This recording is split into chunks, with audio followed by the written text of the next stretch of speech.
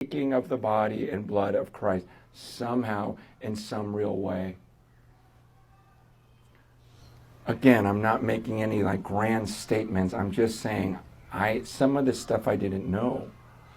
I didn't know that for the first 1,500 years of church history, everyone saw it as the literal body and blood of Christ.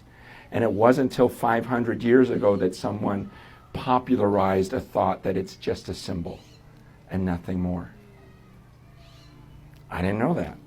I thought, wow, well, that's something to consider.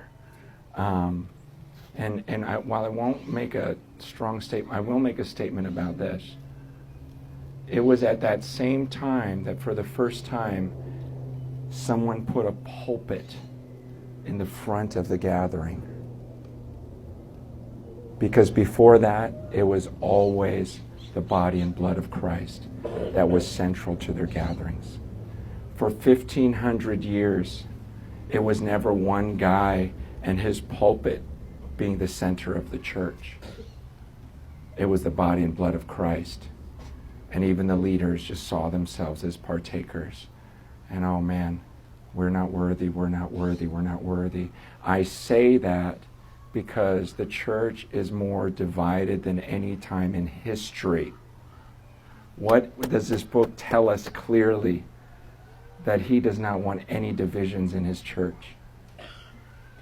And for 1,000 years, there was just one church. Did you know that?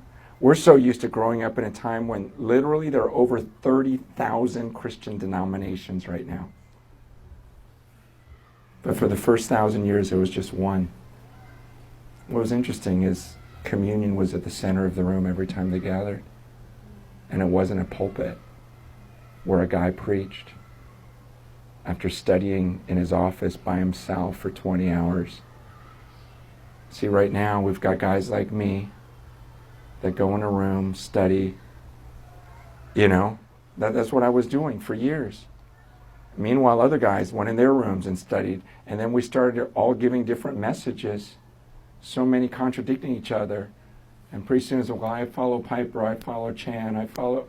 it's just like everyone's following different guys. I'm just saying, I believe there was something about taking communion out of the center of the church and replace it with a gifted speaker. Not that that gifted speaker is not a part of the body of Christ and a gift to the body of Christ, but the body itself